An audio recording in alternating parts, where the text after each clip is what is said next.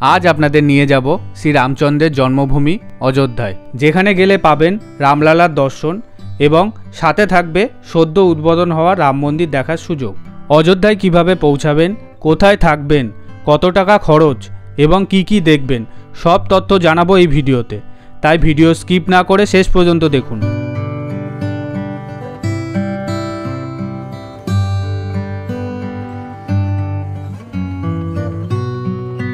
सिया रामचंद्र की जय।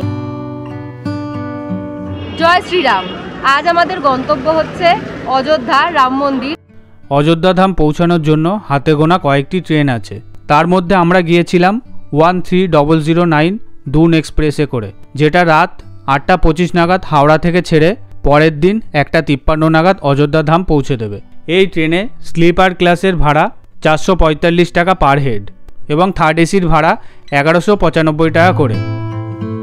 অযোধ্যা ধাম পৌঁছানোর জন্য নিয়ারেস্ট এয়ারপোর্ট হলো মহর্ষি বাল্মীকি আন্তর্জাতিক বিমানবন্দর অযোধ্যা ধাম। স্টেশনে পৌঁছে স্টেশনের বাইরে থেকে টোটো বা অটো নিন, যা আপনাকে আপনার হোটেল পর্যন্ত পৌঁছে দেবে। আমরা যে হোটেলে ছিলাম সেখানে পৌঁছানোর জন্য মাথাপিছু 20 টাকা ভাড়া নিয়েছিল। আমাদের হোটেলের নাম ছিল জানকী প্যালেস। স্টেশন থেকে হোটেলের দূরত্ব 2 কিলোমিটার এবং রাম মন্দির থেকে হোটেলের দূরত্ব 1 কিলোমিটার মতো। হোটেলের ভাড়া পার নাইট 1500 টাকা করে পড়েছিল। তবে হোটেলের চাহিদা বেশি থাকলে ভাড়া বাড়বে, এটা খুব স্বাভাবিক। তাই হোটেল বুক করার আগে কনফার্ম হয়ে নিন। হোটেলের ফোন নাম্বার আমি স্ক্রিনে এবং ডেসক্রিপশান বক্সে দিয়ে দিলাম। এছাড়াও অযোধ্যা শহর জুড়ে প্রচুর হোটেল এবং ধর্মশালা আছে, যার ভাড়া শুরু হয়ে যায় 300 টাকা থেকে।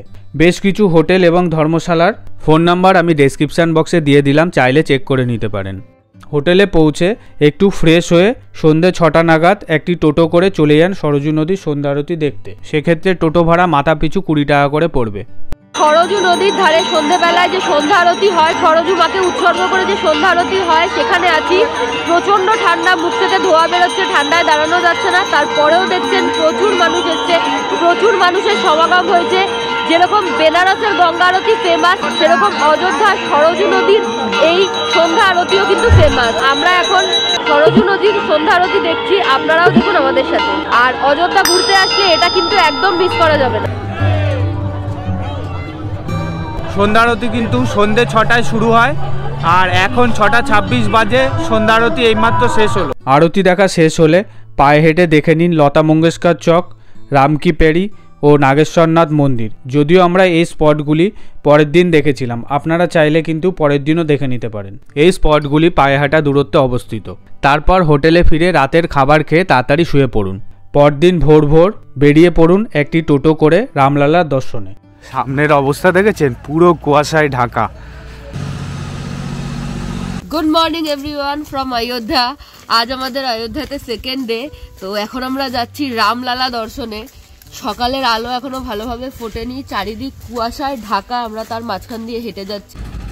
এই মন্দির কিন্তু 7টার সময় খুলে যায়, এখন মোটামুটি 6:45 মতো বাজে। আমরা এখন মন্দিরের দিকে যাচ্ছি। চলুন ভেতরে যাই। এখানে কিন্তু হেলথ সেন্টার রয়েছে, তার পাশে ফ্রি লকার সার্ভিস রয়েছে। এই সমস্ত ফ্যাসিলিটি কিন্তু মন্দির ওপেন হয়ে যাওয়ার আগে এবং পরে সমস্ত দর্শনার্থী পাবেন। মন্দিরে ভিজিটিং আওয়ার্সও লেখা আছে, দেখুন। সকাল 7টা থেকে 11:30 পর্যন্ত খোলা থাকবে, আবার 2টো থেকে 7টা পর্যন্ত খোলা থাকবে। আচ্ছা, এখানে কিন্তু আরতির টাইমও লেখা আছে।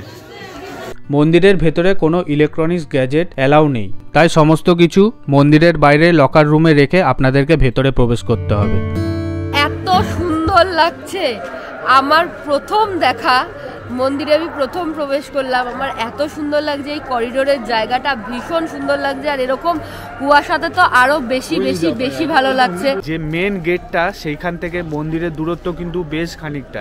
নতুন রাম মন্দিরের সৌন্দর্য নিয়ে কিছু বলার নেই, তা দু চোখ দিয়ে উপভোগ করুন এবং রামলালার মনোমুগ্ধকর রূপ চোখে ভরে নিন। বেশ কিছু জায়গায় দর্শনার্থীদের জন্য বসার ব্যবস্থাও করা আছে।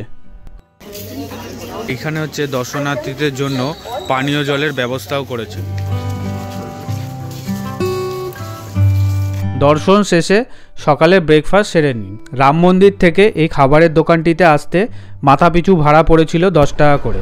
আগে ব্রেকফাস্ট করব, তো ব্রেকফাস্ট করার জন্য এসেছি। একটা জায়গায় দেখছি গরম গরম কচুরি ভাজা হচ্ছে আর জিলিপি, তো কচুরি আর জিলিপি দিয়ে ব্রেকফাস্ট করব। চলুন, আপনারা জানেনই আমার কচুরি ফেভারিট।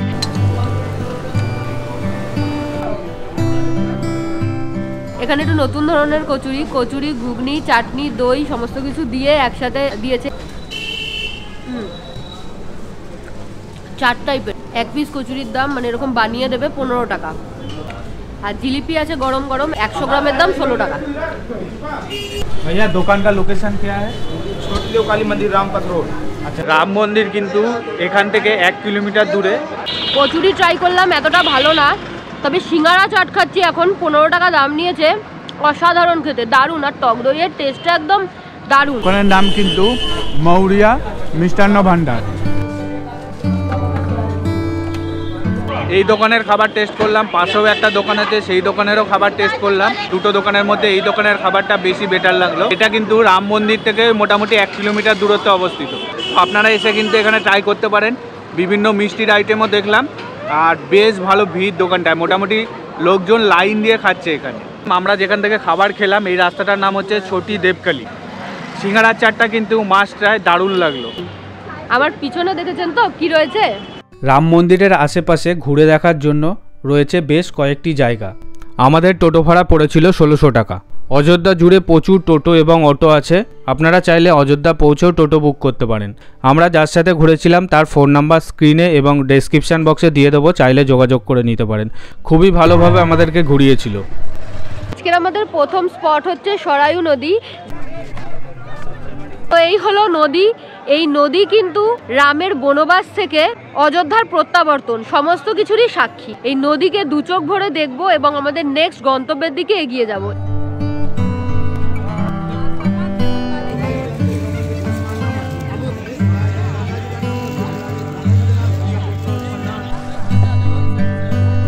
তো এখানে কিন্তু আপনারা এই বোটিংয়ের মজাও নিতে পারেন, মানে ছোট ছোট নৌকা রাখা আছে। বলছে পার হেড 100 টাকা করে নেবে।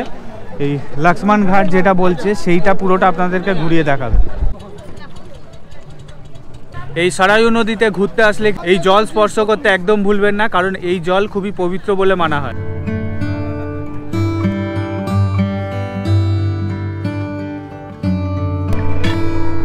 আমার পেছনেই দেখছেন লতা মঙ্গেশকর চক, কি সুন্দর লাগছে দেখুন। বিনাটা এত সুন্দর নিখুঁতভাবে করেছে। অযোধ্যায় একদম মানে সাজো সাজো রব, দারুণ লাগছে। চারিদিকটা মনে হচ্ছে একদম পরিষ্কার পরিচ্ছন্ন, একদম নতুন করে সাজানো হয়েছে।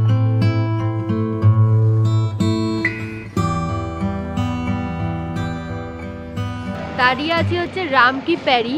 এই জায়গাটাকে রাম কি প্যারি বলে। এটা হচ্ছে সরজু নদীরই একটি অংশ যেটা এখানে বয়ে চলেছে। এখানে কিন্তু প্রচুর ভক্ত আসে তার পাপ ধুয়ে ফেলার জন্য। এই জায়গাটা ভীষণ সুন্দর, দেখতেও ভীষণ সুন্দর। এখানকার মানুষের যে মান্যতা সেটাও এখানে বেশ ভালো। তো আমার তো ভীষণ ভালো লাগলো। এই জল মাথায় দিয়ে নিজেকে পবিত্র করব, জীবনে যা পাপ করেছি তা ধুয়ে ফেলার চেষ্টা করব।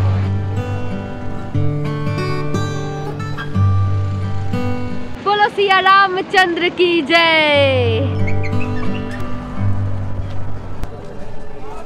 আছি হচ্ছে রামকি প্যারিতে অবস্থিত নাগেশ্বর নাথের মন্দিরের সামনে। কুশ যেহেতু শিবের ভক্ত ছিল তাই এই মন্দির প্রতিষ্ঠা করেছিল।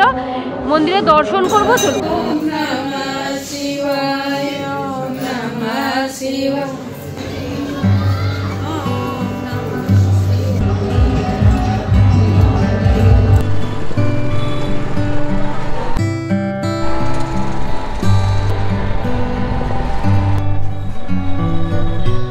এখন আমাদের নেক্সট স্পট হবে হনুমানগড়ি।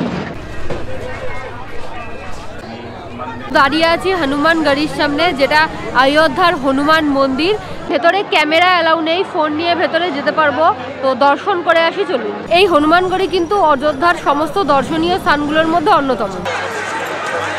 বেশ অনেকটা সিঁড়ি দেখছি।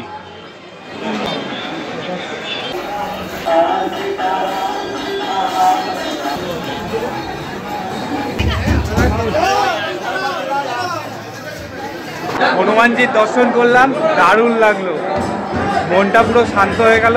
আপনারা অযোধ্যা ঘুরতে আসলে এই হনুমানগড়িটা ঘুরতে একদম ভুলবেন না, প্রচুর মানুষজনের ভিড় হয়েছে এখানে।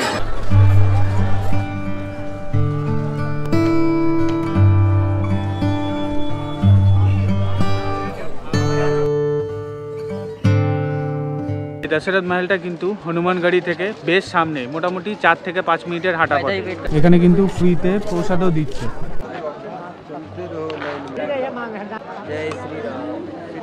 দাঁড়িয়ে আছি দশরথ মহলের ভেতরে। মনে করা হয় শ্রী রামচন্দ্রের পিতা মহারাজ দশরথের আদি বাসস্থান এখানে ছিল। এটা একদম অযোধ্যার সেন্টারে অবস্থিত এই দশরথ মহলটা। মনে করা হয় শ্রী রামচন্দ্রের জন্ম এখানেই হয়েছিল।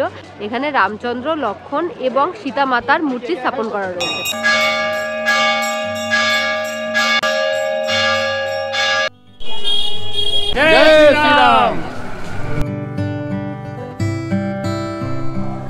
কনক ভবনের সামনে চলে আসলাম দশরথ মহল থেকে।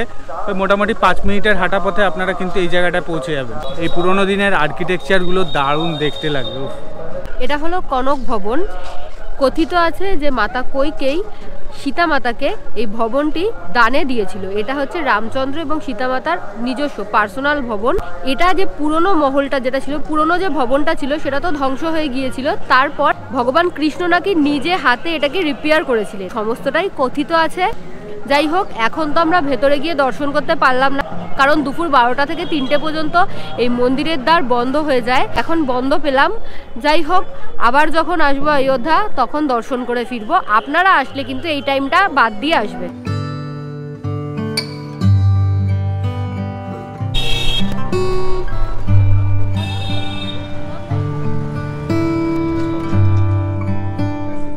দুপুরের লাঞ্চ করার জন্য একটা রেস্টুরেন্টে এসেছি। যেহেতু কালকে থেকে কোনো সলিড সেরকম খাওয়ার হয়নি, আপনারা জানেনই, তো আজকে একটা ভালো রেস্টুরেন্টই চুজ করলাম, কারণ একটু ভালো খাবারের দরকার। নইলে পেটে খাবার না পড়লে ঠিক এনার্জি পাচ্ছি না আর কি। আর সারাদিন ঘুরছি তো ভালো সেরকম কোনো রেস্টুরেন্ট চোখে পড়লো না। যাওয়ার পথে এই রেস্টুরেন্টটাই চোখে পড়েছিল, তো তখন থেকেই ভেবেছিলাম এখানেই লাঞ্চ করব।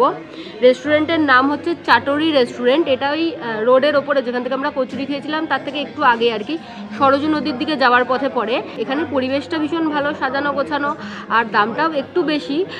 আমরা জানি আমরা বাজেট ট্যুর করি, বাট এই জায়গাটা আমার মনে হলো আজকে আমাদের খাওয়া উচিত, কারণ একটু পরিষ্কার পরিচ্ছন্ন জায়গা না হলে, আর নতুন জায়গা তো আমরা ঠিক চিনি না, তো আমার মনে হলো এখানে খাওয়া উচিত।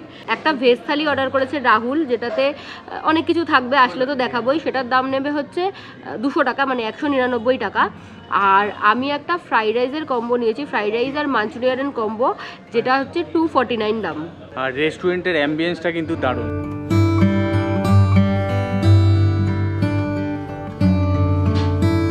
ভেজ থালিতে রয়েছে হচ্ছে আলু জিরা, ডাল ফ্রাই, পনির, মিক্সড ভেজ, রায়তা, জিরা রাইস, পাঁপড়, এখানে আছে তন্দুরি রুটি আর পেঁয়াজ শসা। Veg Manchurian, veg fried rice. খাওয়া বেশ জমিয়ে হচ্ছে, বেশ ভালো টেস্টি খাবার। আর ভেজ থালিতে এত কিছু রয়েছে, এত অপশান রয়েছে, বেশ জমিয়ে খাচ্ছি। কম্বোতে যে পরিমাণটা দেওয়া আছে মোটামুটি একজন পেট ভর্তি করে খেয়ে নিতে পারবেন। খাবার দাবারের টেস্ট কিন্তু খুবই ভালো, বেশ ভালো খাবার।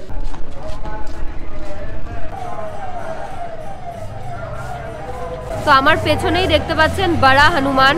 এখানে বড়া হনুমান মন্দির নামেই সবাই জানে। ভেতরে কিন্তু শ্রী রামচন্দ্র এবং সীতা মাতার মূর্তি রয়েছে, এবং বাইরে বড় মাপের একটা হনুমানজির মূর্তি রয়েছে।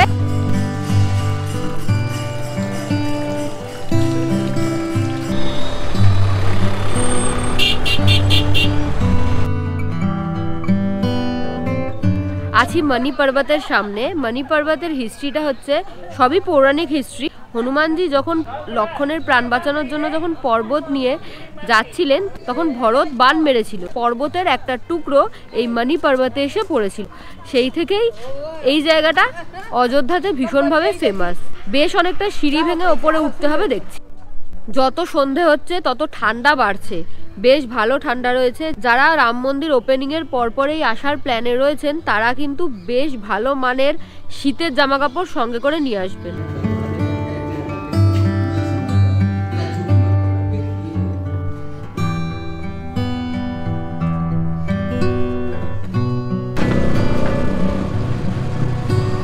মণি পর্বত ঘুরে আমরা চলে আসলাম সীতারামের মন্দিরে। ভিতরে যাব, চলো।